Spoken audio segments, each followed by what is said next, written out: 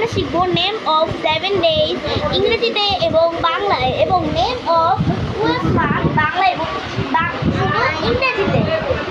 The name of 7 days বলো।